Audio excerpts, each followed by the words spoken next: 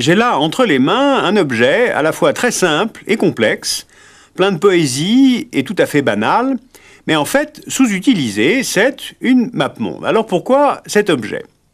Parce que j'ai eu envie, dans une série de 3 émissions qui commence aujourd'hui, de vous proposer une réflexion sur l'unité progressive de notre monde.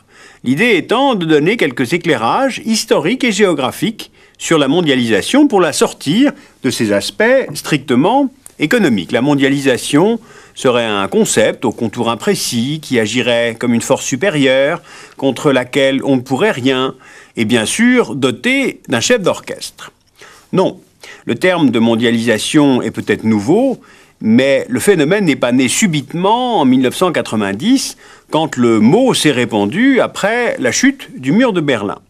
La mondialisation est née d'une accumulation de facteurs dans l'histoire et ce sont ces facteurs que je voudrais reprendre aujourd'hui. Donc, quelques grandes étapes en apparence très simples, mais qu'il était intéressant de remettre en ordre. Pour se mondialiser, il fallait que le monde constitue un espace géographique fini comme une île, d'où cette map-monde.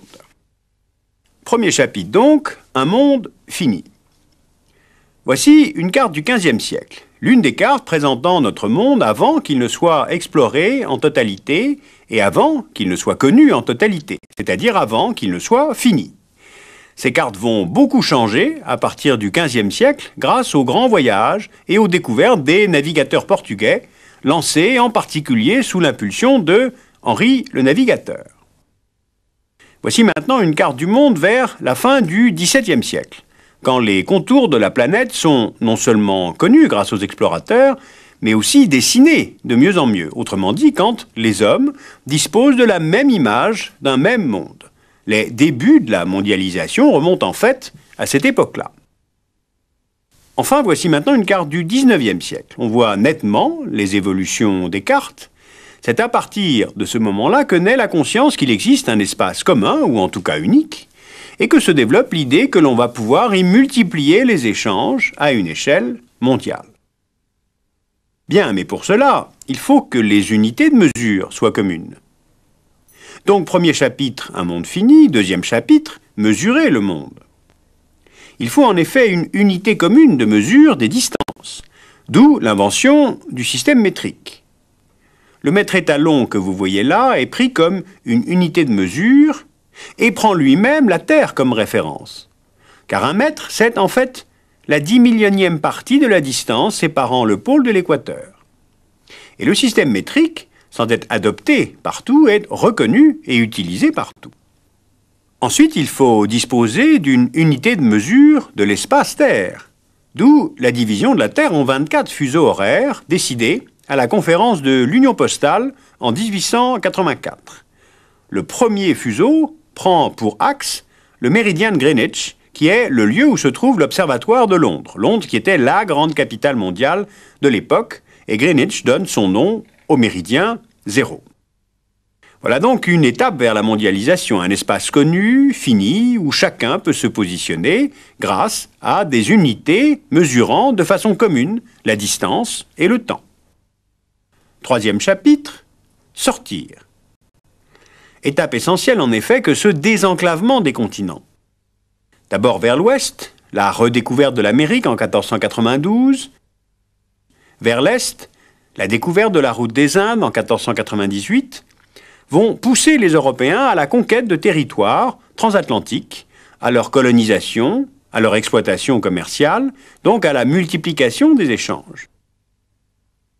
Le premier mouvement migratoire d'échelle mondiale, c'est-à-dire hors de l'Eurasie, c'est celui des Européens vers les Amériques, de la fin du XVIIe siècle au début du XXe siècle. Notamment les Anglais vers la Nouvelle-Angleterre, les Français vers la Louisiane et la Nouvelle-France, les Espagnols et les Portugais vers l'Amérique du Sud. D'autres émigrants viendront ensuite. Le second mouvement mondial induit par le premier que je viens de décrire, c'est celui de la traite des Noirs. Là, le mouvement est plus large encore, puisque l'esclavage tisse un lien entre 3 continents, européens, africains, américains. On voit Anglais et Français, Espagnols et Portugais partir d'Europe vers les côtes de l'ouest de l'Afrique, y embarquer sur leurs navires des milliers d'hommes et de femmes qu'ils emmènent sur leurs terres en Amérique pour les utiliser comme main-d'œuvre gratuite ou bon marché.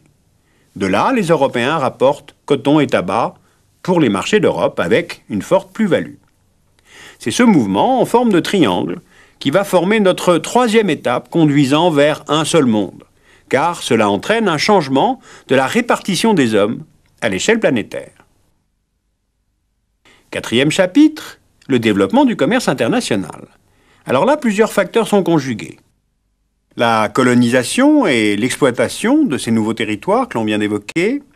Ensuite, le développement des théories sur l'économie libérale de Adam Smith ou David Ricardo, fin 18e.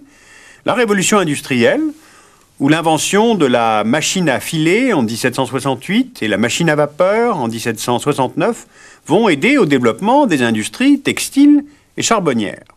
Alors, ajouté à la puissance maritime et à la maîtrise du commerce mondial, cela a assuré aux Anglais une accumulation de capitaux favorable à l'investissement et au développement de l'Empire britannique. Les colonies leur assurent dans un sens l'importation des matières premières et dans l'autre sens ouvraient à Londres des marchés quasi illimités où elles pouvaient écouler la production et ses flux commerciaux. Cinquième chapitre enfin, ouvrant vers la mondialisation la liberté des mers. Vers l'est, on voit sur la carte ici la position du canal de Suez, entre Port Saïd et Suez. Et son ouverture en 1869 a évité le contournement du continent africain et réduit ainsi de 10 000 km la distance de navigation entre l'Europe, l'Afrique de l'Est et l'Asie. Vers l'ouest maintenant, pour commercer avec l'Asie ou l'ouest des États-Unis, il faut traverser par la terre américaine ou bien descendre jusqu'au détroit de Magellan. Eh bien, avec le percement de l'isthme de Panama qui est terminé en 1914, les deux côtés de l'Amérique du Nord, les deux océans Atlantique-Pacifique, peuvent être reliés par cargo. Le percement de ces canaux contribue au développement du commerce mondial qui devient lui-même à la fois origine, instrument, vecteur de la future mondialisation. Et cette mondialisation, elle va beaucoup s'accélérer après 1945, en particulier avec, évidemment, le développement du commerce international. Alors, 3 notes en complément avant de conclure. D'abord, c'est seulement après 1945 que la communauté internationale va se doter d'un instrument de contrôle du commerce, surtout d'expansion du commerce, le GATT, qui sera remplacé en 1993 par l'OMC, c'est-à-dire l'Organisation mondiale du commerce. Ensuite, le développement des firmes multinationales se fait surtout une quinzaine d'années après, c'est-à-dire vers les années 60. Et puis enfin, l'économie de marché trouve sa pleine diffusion, sa pleine place dans le monde, avec l'écroulement des économies planifiées lors de la mort du système communiste en 89-91. Ne reste plus aujourd'hui qu'un spécimen, heureusement très malade, la Corée du Nord, et pour quelque temps peut-être encore Cuba. Donc aujourd'hui, nous avons vu les origines. Un monde fini et connu, identiquement mesuré par tous, de grandes migrations intercontinentales, et puis naviguer, voler, surtout pour commercer. Après les origines, la semaine prochaine, je vais vous raconter les instruments de la mondialisation, puis la 3e semaine, ce que j'appelle les dérapages, les dérives de la mondialisation. Vous voyez, à la fois cause et conséquence, tout cela a peu à peu permis qu'aujourd'hui le monde entier soit un espace d'échange, comme le furent en leur temps et encore aujourd'hui les villages, les régions ou les pays où nous vivons. C'est-à-dire qu'à nos marchés locaux, régionaux, nationaux, que nous connaissons tous, c'est donc ajouté maintenant un marché mondial.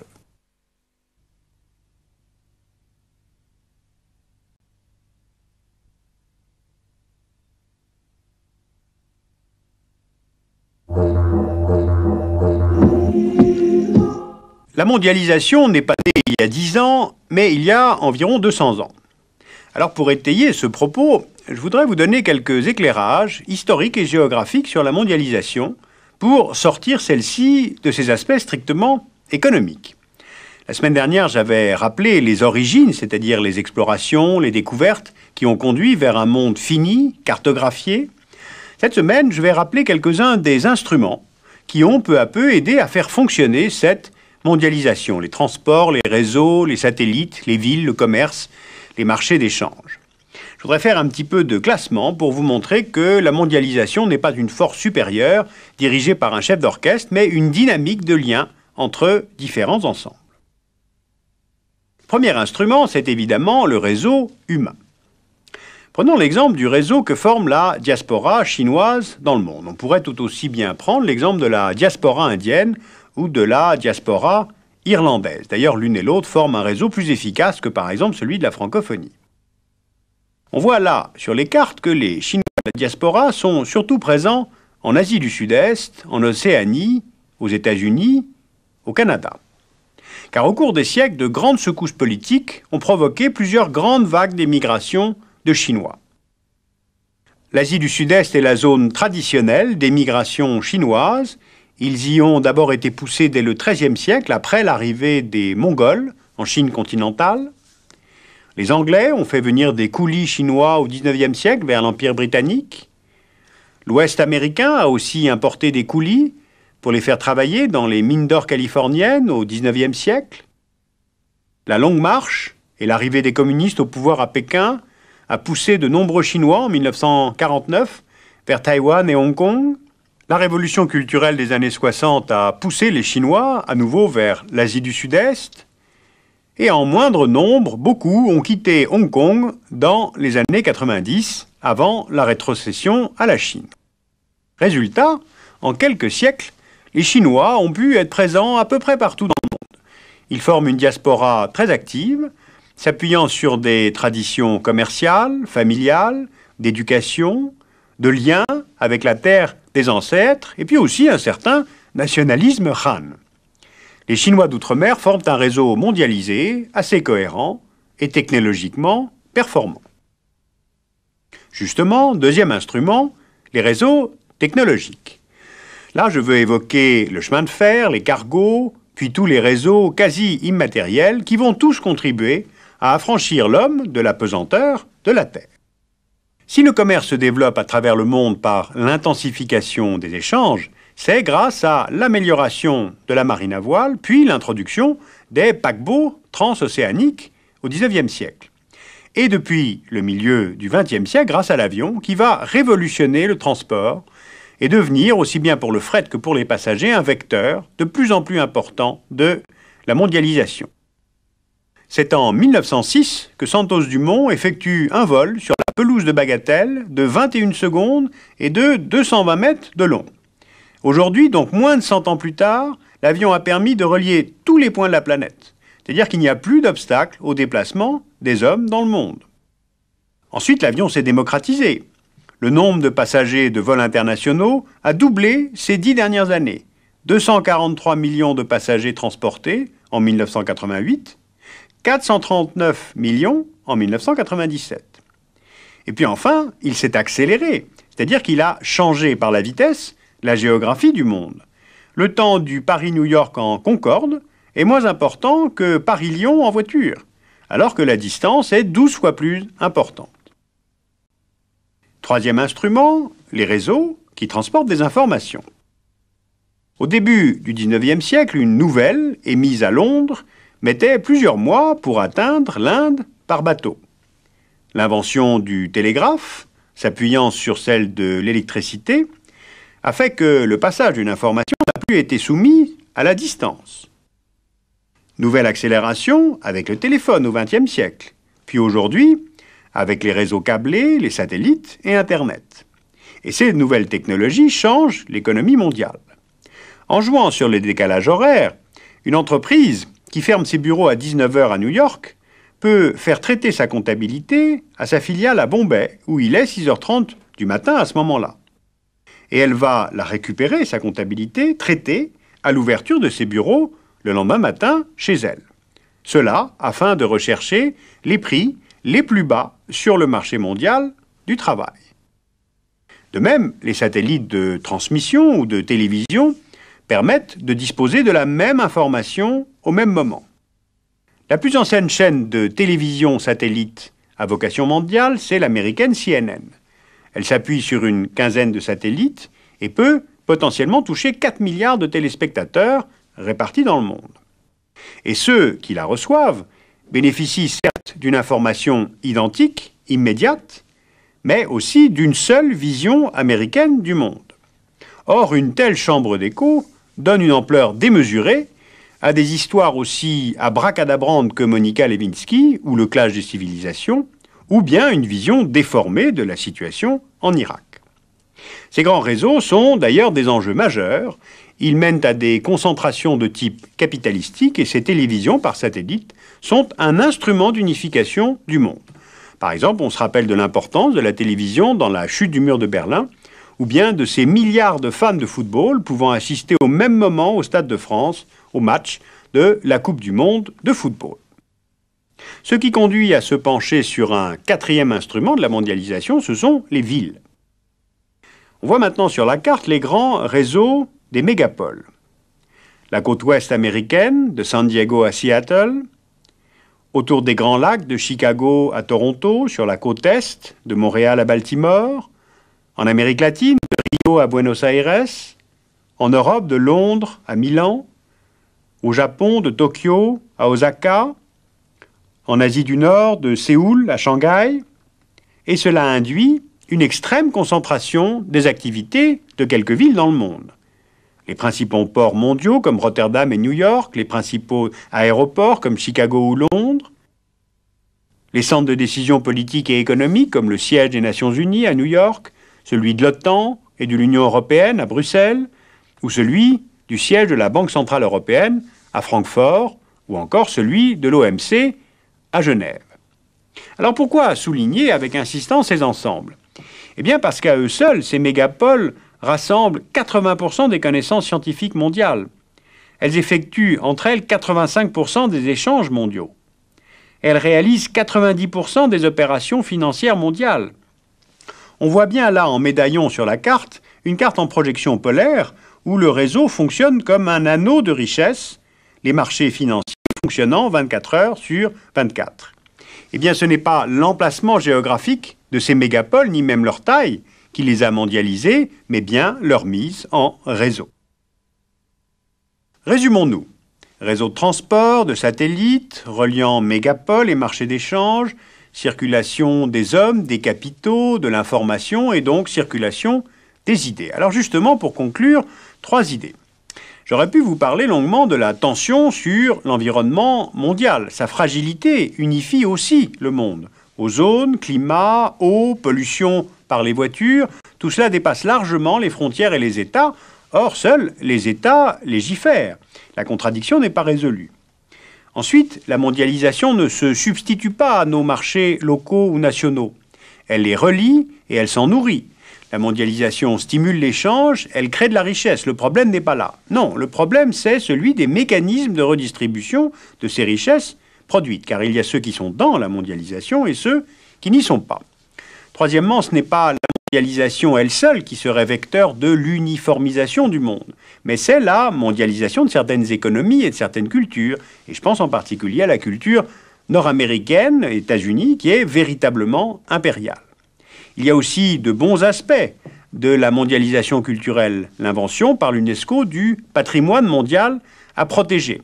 Encore, Borobudur, les pyramides aztèques, Vézelay, mosquées, cathédrales, maintenant les quartiers de Lyon. Alors une dernière idée à mûrir et à suggérer aux Nations Unies, pourquoi ne pas protéger aussi cette autre richesse mondiale que sont tout simplement à travers le monde les peuples menacés de disparition.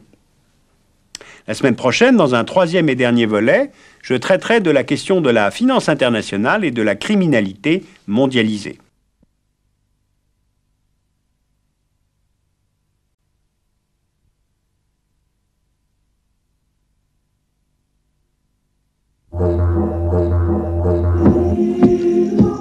Aujourd'hui, 3e volet de cette série que j'ai appelée « Un seul monde ». D'abord, je vous ai raconté les origines de cette unification du monde, puis la semaine dernière, les instruments qui ont fait naître la mondialisation. Le problème, si je puis dire, c'est que la mondialisation, c'est une dynamique de liens, et ces liens, les milieux de la criminalité internationale les utilisent aussi. Je voudrais donc aujourd'hui tenter de croiser les mécanismes de la finance mondialisée avec l'énorme activité de la criminalité financière. Car il est désormais inutile de vouloir distinguer le crime organisé de la planète financière. Paradis bancaires, dérégulation, technologie, marchés financiers, suivez bien le raisonnement pour comprendre justement les liens. La mafia est une organisation criminelle d'origine sicilienne, à structure familiale, dont l'objectif est le gain, et qui atteint ce gain par le crime, le racket, les trafics de drogue, d'œuvres d'art, d'armes, les êtres humains, les enfants, les organes, tout ce qui s'achète et se vend au plus offrant, dans la loi ou hors la loi. La mafia, c'est le nom le plus connu, que j'utiliserai ici comme un nom commun, mais il y a aussi, plus précisément, en Calabre, la 'Ndrangheta, dans les Pouilles, la Nueva Sacra Corona Unita, en Campanie, la Camorra, en Sicile, la Cosa Nostra. Ces organisations criminelles se sont étendues à travers le monde, en s'appuyant souvent sur la diaspora sicilienne et en passant des accords avec des organisations criminelles locales. On constate sur la carte que la mafia est bien présente en Australie, en Russie, en Pologne, en Macédoine, au Kosovo, en Albanie, en Slovaquie, en Allemagne, aux Pays-Bas, à Monaco, en France, en Amérique latine, aux États-Unis. On retrouve une large présence de la Cosa Nostra aux États-Unis. Depuis les années 30, elle n'a cessé d'étendre ses activités dans le pays, d'abord pendant les années de la Prohibition, puis la contrebande de cigarettes, ouvrant la voie au narcotrafic. Mais elle est globalement en déclin, face aux attaques de la police et de la justice américaine, mais aussi face à d'autres flux d'immigration ayant créé de la concurrence dans le secteur du crime avec les mafias asiatiques, jamaïcaines, noires, russes. Alors justement, de l'autre côté de l'Atlantique, la mafia russe, elle, est plutôt en bonne santé, en expansion, avec des activités classiques comme la prostitution, le vol de voitures de luxe, le trafic de drogue ou d'armes, mais aussi l'exploitation des matières fissiles ou celle des ressources naturelles. La mafia russe est très violente, très dynamique, elle domine une part importante de l'économie du pays, sa richesse et sa puissance ne cessent de s'accroître sur la déliquescence de l'État russe et sur les décombres des anciennes républiques soviétiques.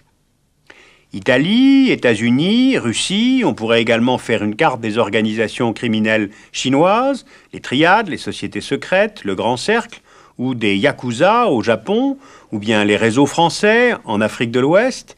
Cela ne voudrait pas dire pour autant que les mafias sont partout, ni que tout soit corrompu.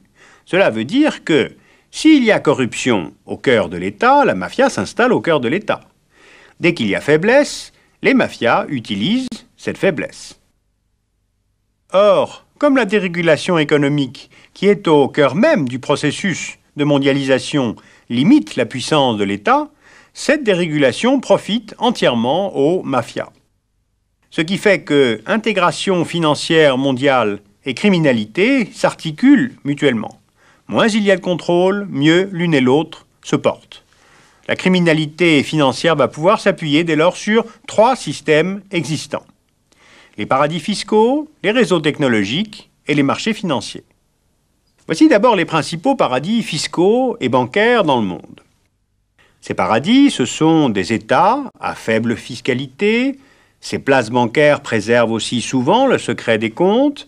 Ils se sont développés les uns et les autres dans les années 50 pour diminuer la pression fiscale. Les États-Unis et l'Europe en sont à l'origine. On voit d'ailleurs bien géographiquement que ces havres financiers sont surtout à la périphérie des pays industrialisés. Amérique du Nord, on voit dans la Caraïbe, les Caïmans, Bahamas, Panama notamment. En Europe, les îles anglo-normandes, la Suisse, Monaco, Luxembourg. Et dans les pays d'Asie, Hainan, Hong Kong.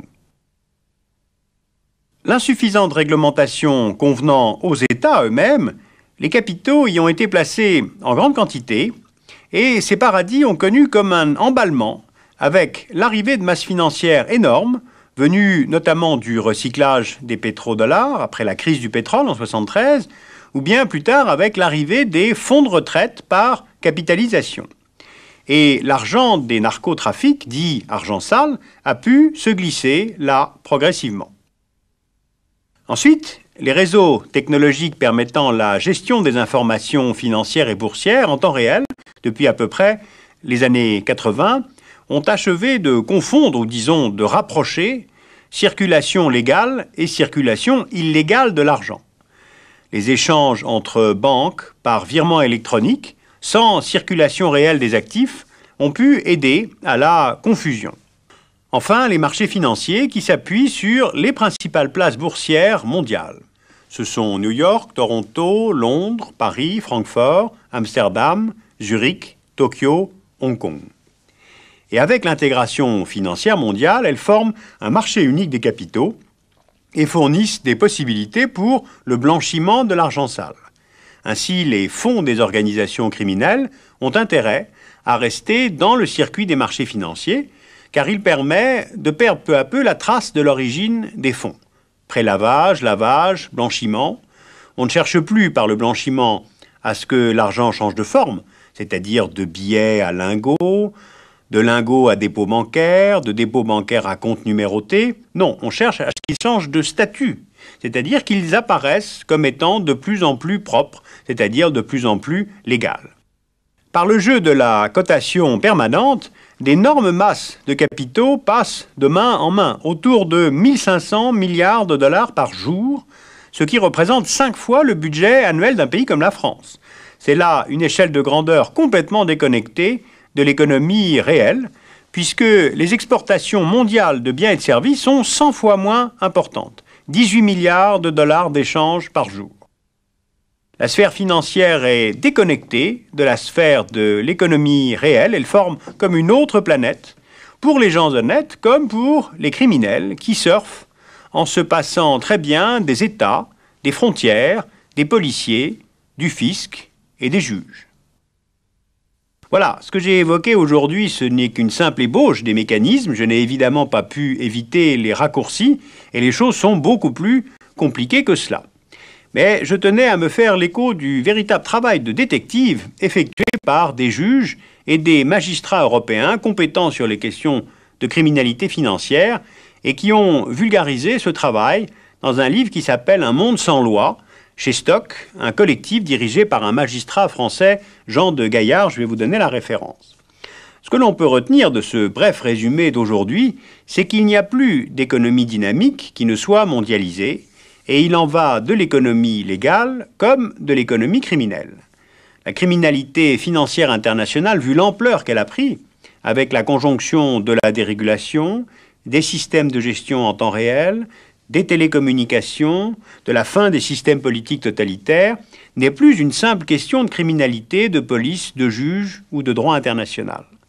L'économie du crime s'est fondue dans l'économie légale et on ne parvient plus à lutter contre le crime financier organisé sans entrer dans la planète financière internationale. Alors une touche d'optimisme et d'humour tout de même pour terminer. Savez-vous par où les trafiquants se font parfois prendre? Eh bien tout simplement par la façon d'utiliser leur argent.